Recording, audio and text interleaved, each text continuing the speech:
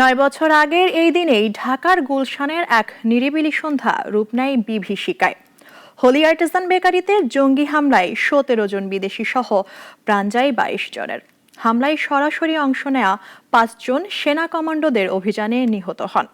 দেশের ইতিহাসে সবচেয়ে ভয়াবহ জঙ্গি হামলাটি আজও দগদগে ক্ষত হয়ে আছে জাতির স্মৃতিতে।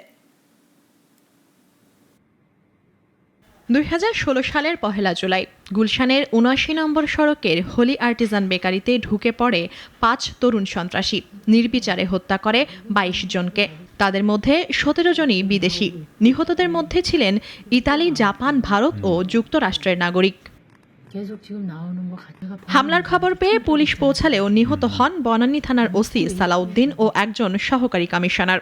দীর্ঘ 12 ঘন্টার অচলাবস্থা শেষে সকাল 8টা 45 সেনাবাহিনীর থান্ডারবোল্ট কমান্ডো অভিযানে মৃত্যু হয় হামলাকারীদের।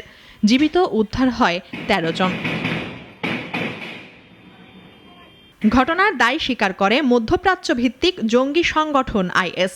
যদিও সরকার শুরু থেকেই এই দাবি নাকচ করে, দায় দেয় দেশীয় জঙ্গি সংগঠন নব্য জেএমবির ওপর।